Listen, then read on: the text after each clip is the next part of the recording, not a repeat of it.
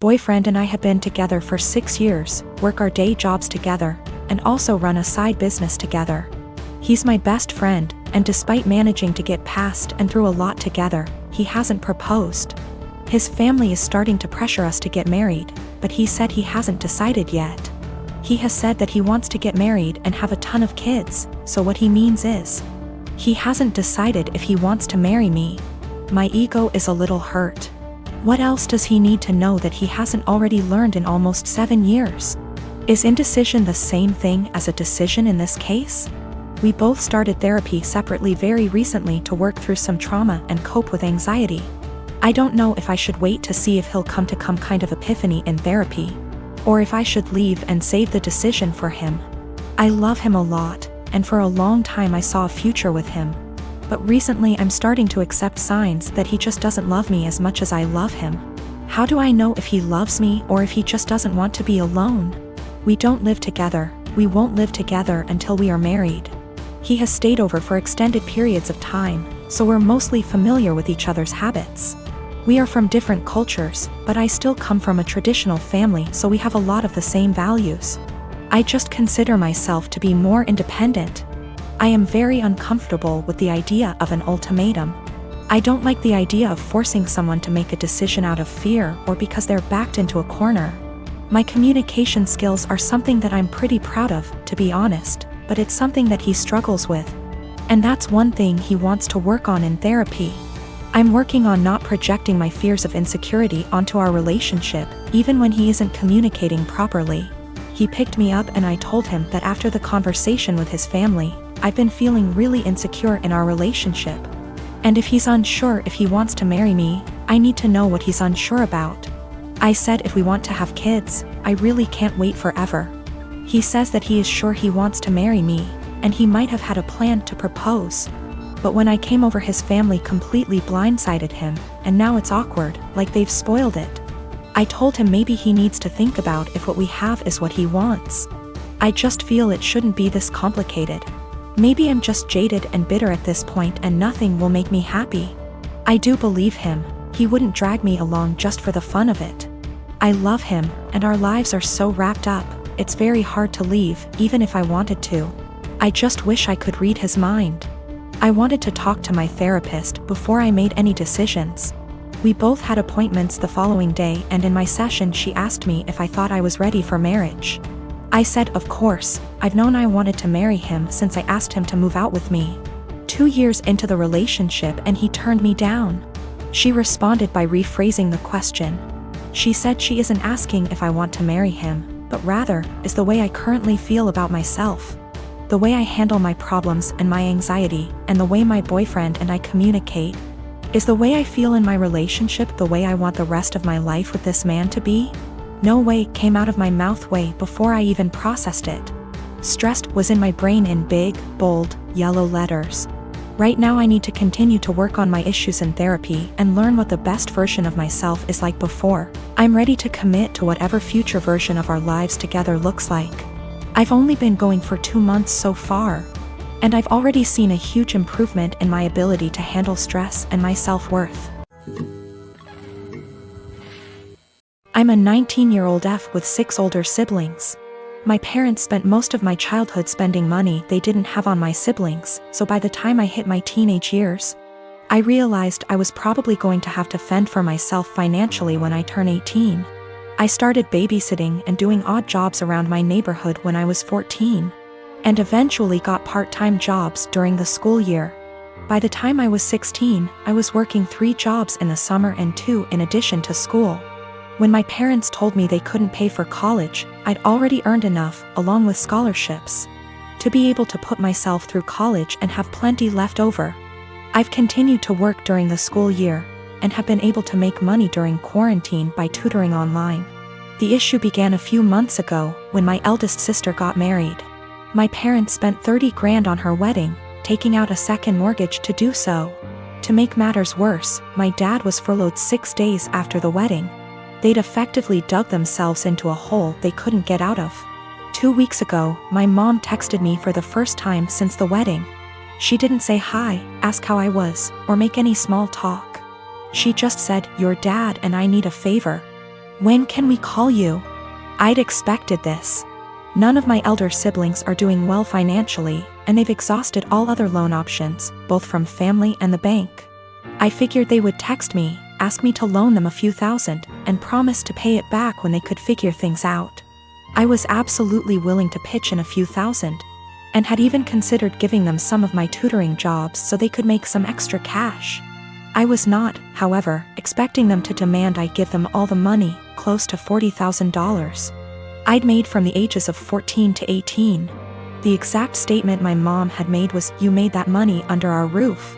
We were the ones who allowed you to work, so you only have it because of us anyway. We bought you food and clothes for 18 years. That money is only a fraction of what you owe us," and so on. I said that food, clothes, and shelter were the very minimum. It's what they signed up for when they chose to become parents. I didn't ask for any of it, etc. They responded by telling me that if it wasn't for them, I wouldn't have the life I have today. I said they were being ridiculous, and hung up. Since that day, both, along with two of my siblings, have continuously hounded me about giving them what is rightfully theirs. My siblings, who have never been asked to give them money, are still professing that it's my job as their kid to take care of them. I told them they wouldn't see a cent of my hard-earned money, and have no right to make such a request. I'm torn. I feel awful for refusing to help them out, but on the other hand, this was their fault. I feel I shouldn't be responsible for fixing their mess. My husband, Asian, and I, American, welcomed our firstborn 4 weeks ago. The baby is healthy, thank God, but I'm exhausted, haven't fixed my hair, barely able to shower and cannot sleep. My husband's family had been pressuring us to visit to meet the baby. I tried to hold them off as much as I could, but yesterday, I was surprised to find them standing on the porch. Turns out hubby invited them for dinner. I was embarrassed and felt like I wasn't ready for visitors, judgmental ones at that, cause the house was a mess, y'all. Anyways, my husband sat with them while I fed my son. Then later I asked my husband if we should order takeout for dinner. He said no, because his parents would find this rude and unwelcoming. He suggested that I go inside the kitchen and prepare something, anything long as it's homemade. I said fine, then went and made some mac and cheese. The reason I prepared this meal is because of how easy it is. Once I served the family, my husband's mom looked at me and was appalled. I noticed something was wrong. She asked if I really found it appropriate to serve her and the family mac and cheese. I asked why not, and she went on a rant about how disrespectful this was and that I clearly have no experience in what is right and wrong when it comes to hosting. I said, "Excuse me? Who said I signed up to host an expected visit from them?" And she took it as in I didn't want them there. Her husband said they were just there to finally see the baby that I kept them from seeing for an entire month. That's a whole month of his life they'd missed out on. We had an argument and they decided to go home. My husband said that deciding to serve his family mac and cheese was more offensive than serving them nothing at all. I told him I was too exhausted to cook their traditional feasts, that I was forced to learn from his mom. He took offense and said that I was being mean and disrespectful towards not only his family but his culture. I went inside the bedroom to stay with my son.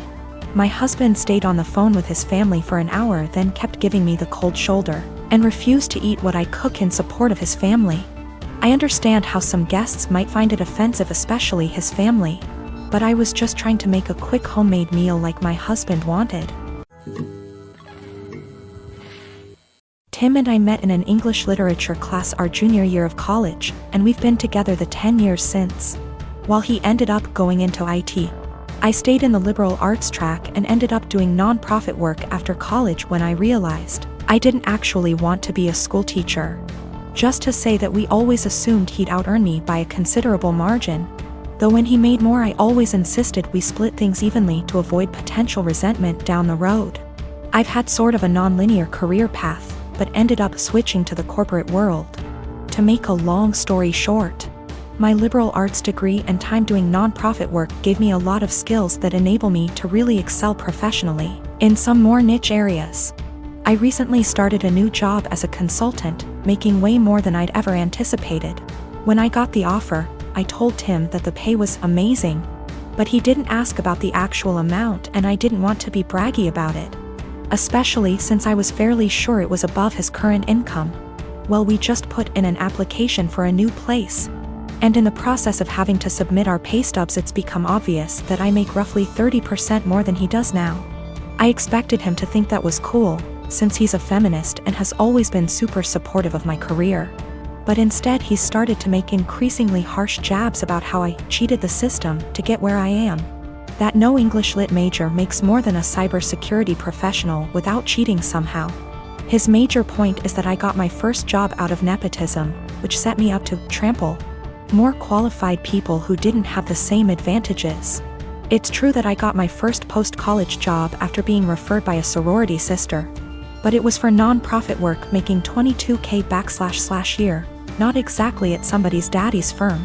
He also points out that at my first corporate job, I snagged a big promotion after volunteering to take on starting up the company's diversity //equity / inclusion program, and I'll admit that were I a white man, it's highly unlikely I would have been able to be the face of the eventually high-profile diversity program. Tim also notes that I was awarded a small college scholarship for being a promising female writer, when no such scholarship existed for males. But all that said, I still don't feel like I cheated the system, and it makes me angry to listen to him joke about it. Especially since I grew up blue-collar and worked full-time while going to school full-time to afford my degree. I reached a breaking point yesterday when he made a crack about how the new / first woman on his team is an obvious diversity hire. I told him that his jokes about women cheating the system to get ahead aren't funny or guy talk ribbing, as he says. They make him sound like an insecure little boy. He told me I was being a naive Karen and we haven't really talked since yesterday.